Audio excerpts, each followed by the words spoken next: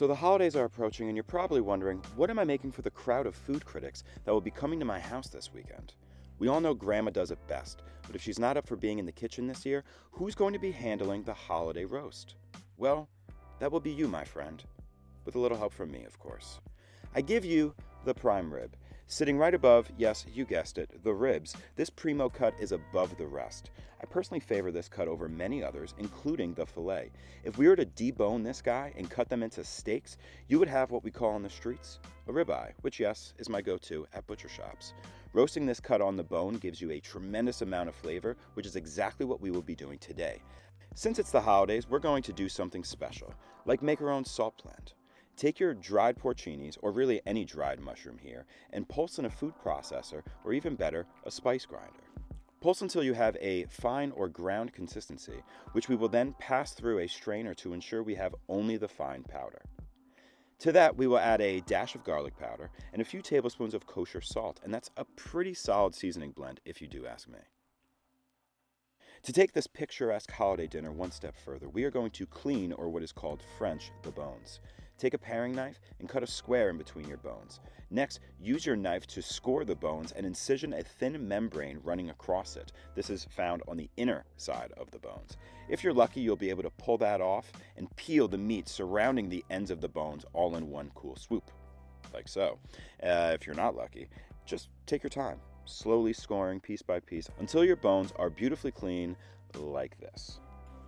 Generously season the entire roast with your salt. Be sure to get this all over the bones and meat, getting in between there, underneath the bones, literally the entire thing. We want to cover this in our delicious salt.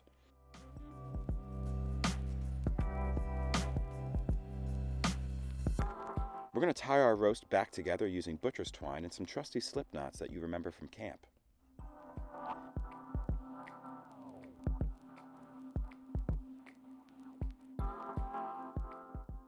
This is a probe thermometer. We've talked about this before in my reverse sear video, which is essentially what we're doing right now. Stick your probe thermometer into the thickest part of your meat, which is right in the center here, and pop it in a 225 degree oven until the center reaches 120 degrees. Cook time will vary on weight, but this guy was a little over 3 pounds and took just over 2 hours.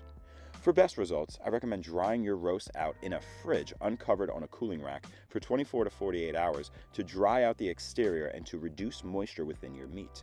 Think of it like a mini dry age.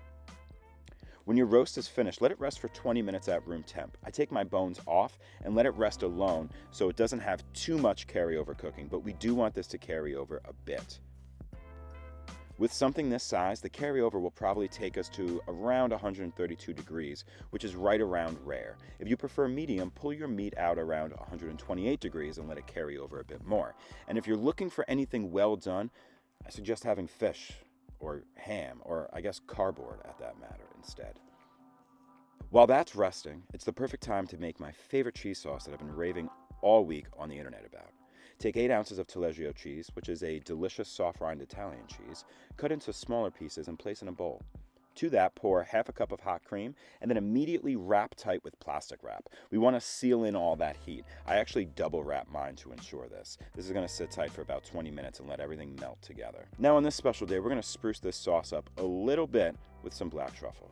La Rusticella is my favorite black truffle paste, and when you're ever in a pinch for that classy touch but can't find or afford the real stuff, this truffle condiment is right on the money and doesn't taste like fake oils or salts. Now you want to blitz or blend your sauce until it's creamy and smooth. If it feels like it's too thick, just add a little more hot cream, but do this slowly, little by little.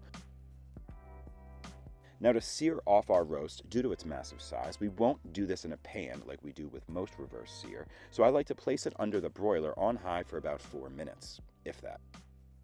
Wow.